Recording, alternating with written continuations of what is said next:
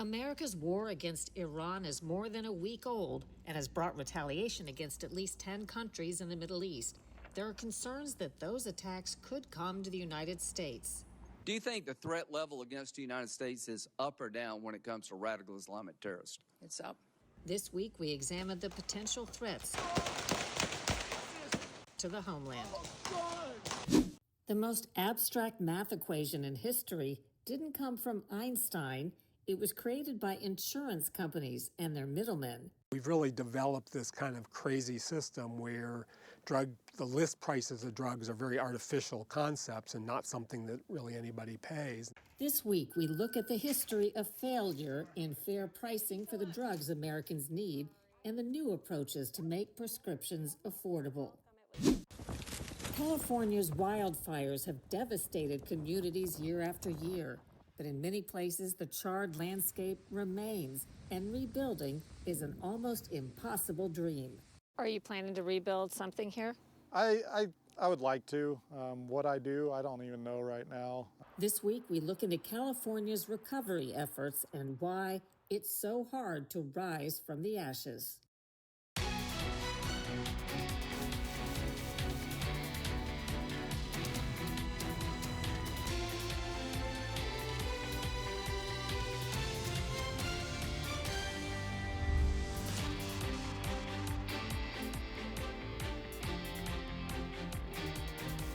Welcome to Full Measure. I'm Sharyl Attkisson.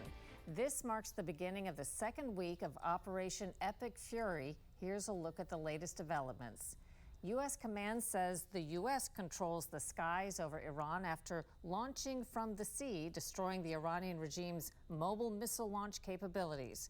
U.S. forces sank or damaged over 30 Iranian ships. That includes a U.S. submarine using a torpedo to sink an Iranian frigate.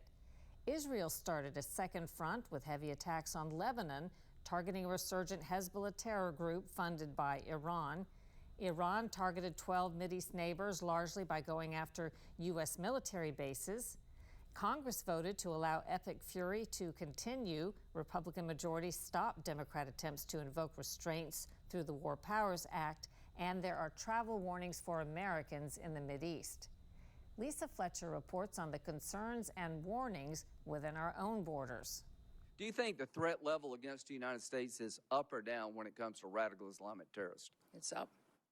That testimony this week on Capitol Hill from the former Secretary of Homeland Security. As the U.S. attacks against Iran increased, along with Israel striking in Lebanon, and the first attack in the United States being called an act of domestic terrorism. Early last Sunday, a suspect wearing a sweatshirt with the words "Property of Allah" opened fire outside a popular bar in downtown Austin. 3 people died, more than a dozen were wounded. The concern now, from Capitol Hill to law enforcement, is how large and how real is the threat.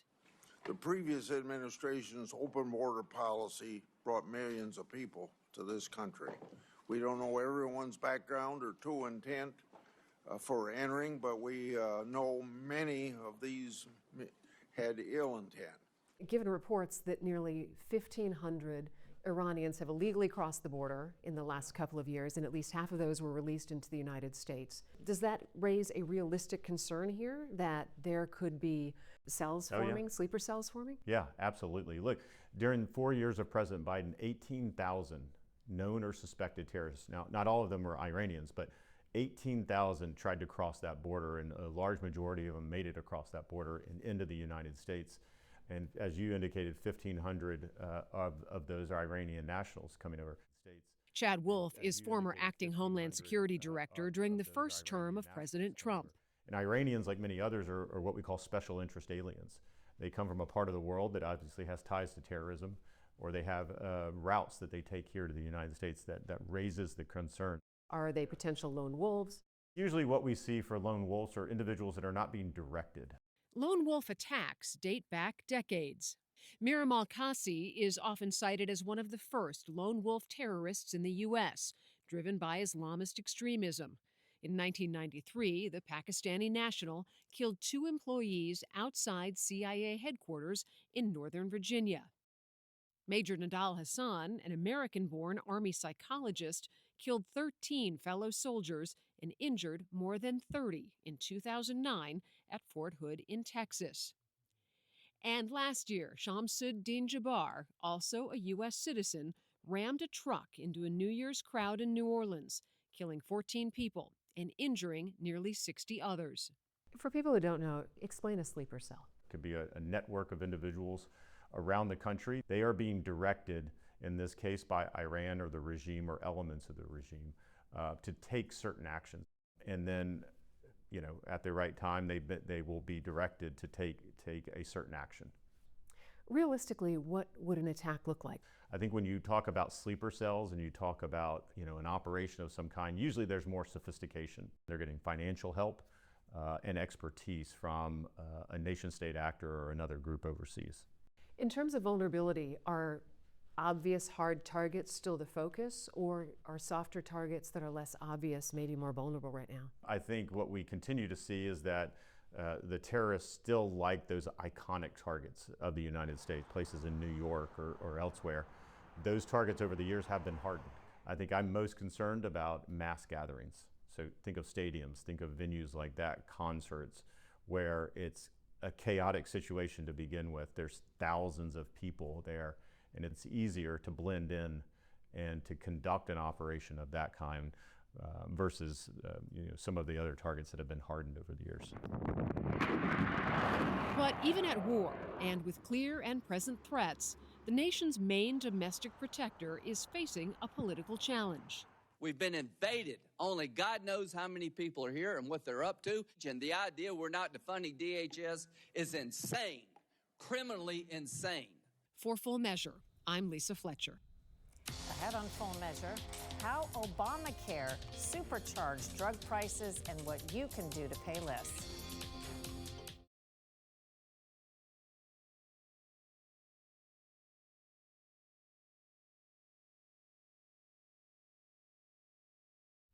"16 years after the Affordable Care Act, or Obamacare, became law, prescription drug prices remain one of the most baffling and infuriating parts of health care for everyday Americans. Expanding insurance promised affordability, but instead it supercharged costs.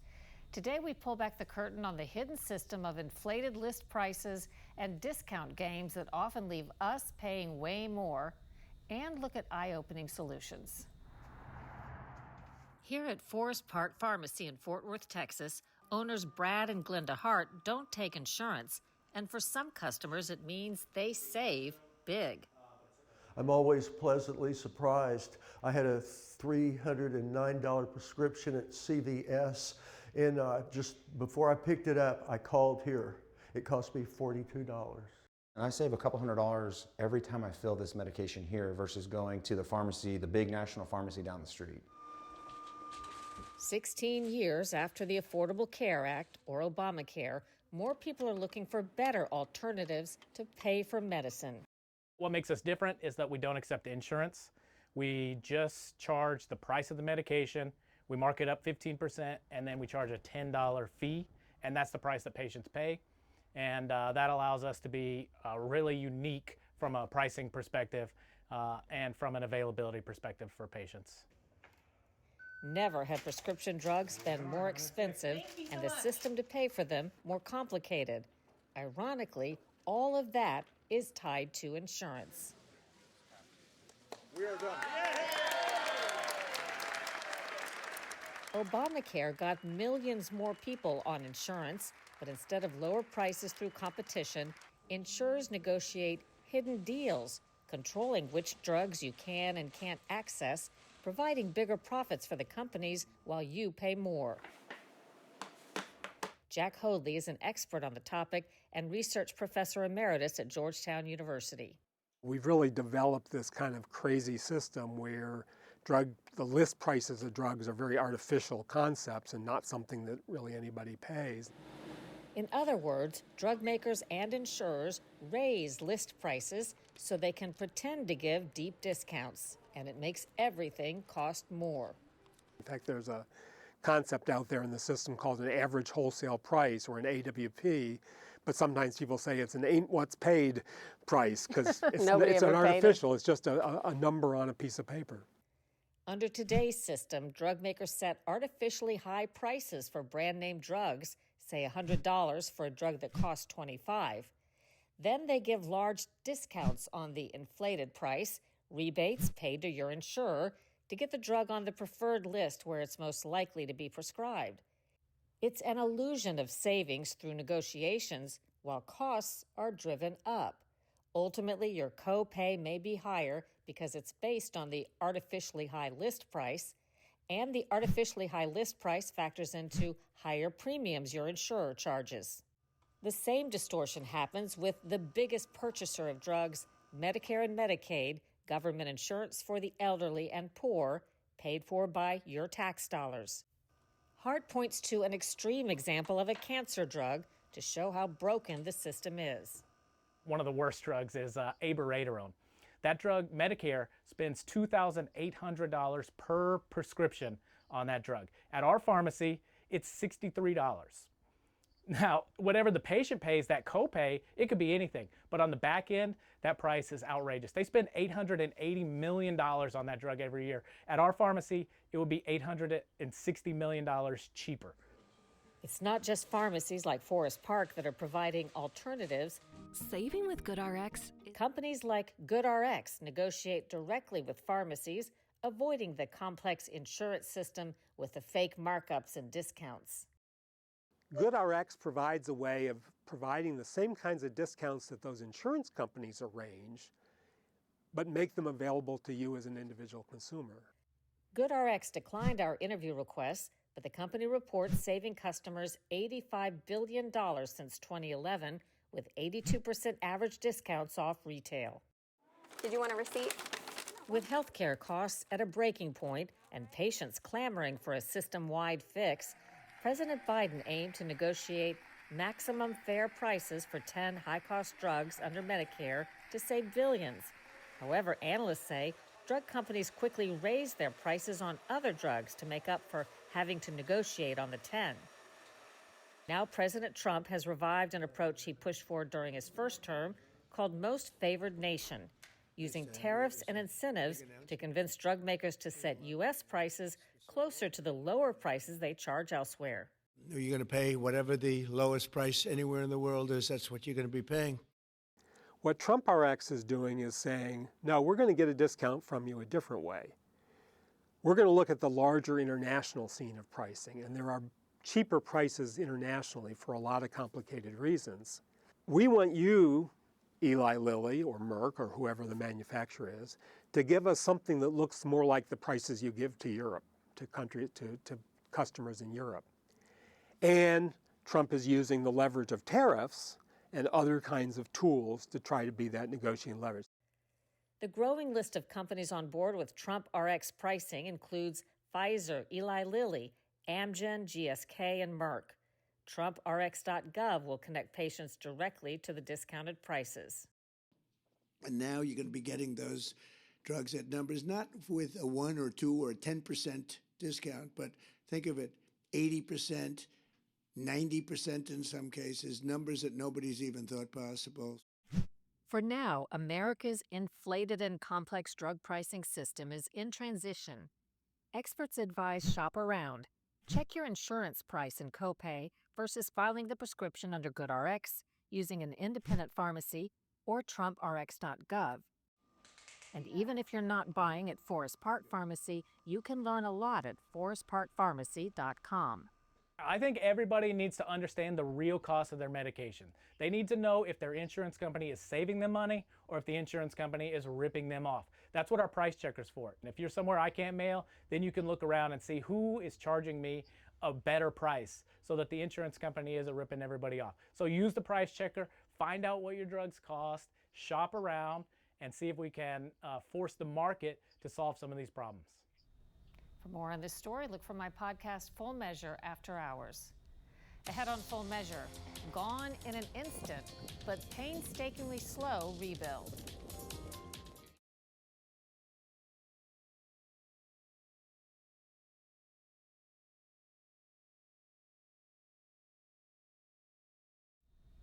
California's wildfires end up racking up over $1 billion in expenses annually, with the vast majority of that covered by federal taxpayers. The nightmare doesn't end when the flames die and the bills are paid. Far from it. Survivors face an uphill battle to rebuild. Experts say replacing the 11,000 homes lost in LA's January 2025 wildfires could cost $40 billion and take up to 40 years if even attempted. Today we check in on progress and recovery after some other major fires. Just kept running with the wind, down canyon. So John Fell is a retired Chico, California fire captain and U.S. Forest Service emergency responder. There's times you think about, you come out here, you look around and you go, well, this used to be here. His own 3,000 square foot home burned in the July 2024 park fire after embers ignited a neighbor's house and then his in a domino effect. It's kind of sad, frustrating, but I look at it this way. We're fairly fortunate. We had, good insurance. So when I start to feel kind of like, down and out, I kind of realize that it's not that bad. It could be worse. The park fire is believed to be California's largest arson fire ever, charring nearly 430,000 acres. But since most of it was wilderness, not buildings, it fell below the threshold to qualify for federal help. Up the road from John Fell's property is Jonathan Tien's family land, also ravaged by the park fire. Are you planning to rebuild something here? I would like to. What I do, I don't even know right now. Tien, a volunteer firefighter, describes a chaotic cleanup where free debris removal was promised through local Butte County efforts, but filled with misunderstandings and disappointments. There was just a lot of difficulties that were unnecessary that should have been addressed early on. A lot of our questions were asked early on that we didn't get answers till the very end, when it was like, you either do it our way or you're out of the program. Yeah, these are pieces of tire. Today he says he's stuck with a mess still left behind and no way to rebuild. How are you going to get through that and move on? I have to accept it, just like everything else. I have to accept it and move on. California's 5 most destructive wildfires between 2017 and 2020 collectively destroyed 22,500 homes. It's estimated only about 38% have been rebuilt. Homeowners cite problems ranging from insurance shortfalls to delays getting permits and high costs. Perhaps no place illustrates the long road to recovery better than a spot just up the road from where the park fire happened, Paradise, California. The whole town was nearly erased 6 years before by the 2018 Camp Fire. Ignited by the power company PG&E, the Camp Fire raged for 18 days, killing at least 84 people in Paradise. Total damage hit $16.5 billion. We lost about 12,000 homes that day, about 90 to 95% of our entire town. Mayor Steve Crowder lost his own home and business in the blaze. He went from frantically directing evacuations 2 days after he was elected to overseeing the town's rebuild. Prior to the fire, you could have bought a house, average house, for probably $225,000, $250,000. Now the average home price probably $450,000. Recovery has meant dealing with unexpected challenges like squatters moving in and taking over property and grifters capitalizing on charity. So the fairgrounds were feeding people. They were giving gift certificates for, restaurants, gas, all of this. Our assemblyman went down there and was going around, and he determined about 60% of the population of the fairgrounds were not campfire victims. They were people that came from other communities because they were getting free things and shelter and all of that. Is there a whole subculture of people who move around like that? Apparently there is. And we watched them move in there and just squatted on lots. And it's tough to get these people out of there. And we're still fighting that 7 years later. What is the status of rebuilding Paradise? So our housing stock is about 42% of what it was pre-fire. Our population is 11,000 as opposed to 26,500 pre-fire. Building costs in Paradise pre-fire, you could build a house for $150, $175 a square foot. It jumped overnight to $350 a square foot plus. Nobody's houses were insured for that, so that was an issue. This fire was absolutely the perfect storm. Crowder's own rebuilt house overlooks a landscape far different than what existed before the Camp Fire. Every one of these lots had houses on them. This area now is just probably within the last year started to recover house-wise. All of these houses that you see here are all brand new. None of them survived. Not only are houses being rebuilt to stricter fire codes, but PG&E has buried the power lines to reduce the chance they'll spark another disaster. As far as you know, has PG&E decided to bury more lines after they started doing so here? They have. They've agreed to underground 10,000 miles of lines in fire-prone areas, and I know they're doing that. Now, a year and a half after his home was destroyed in Chico, John Fell is among those determined to rebuild here. We just last week finished pouring the slab, and now we're waiting for it to cure, and we'll start the framing process in about 2 weeks. When do you estimate you'll be back in your house? Maybe 8 months.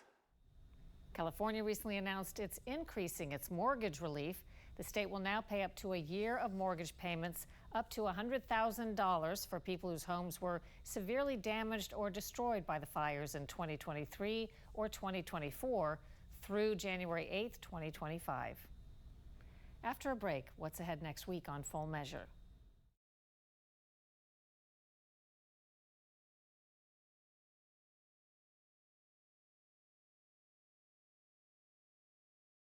Coming up next week on Full Measure, a Minnesota state employee who warned how easy it would be for crooks to cheat taxpayers in state welfare programs years before the notorious Somali fraud scandal. What I saw and what I was concerned about is that we had a great environment for fraud.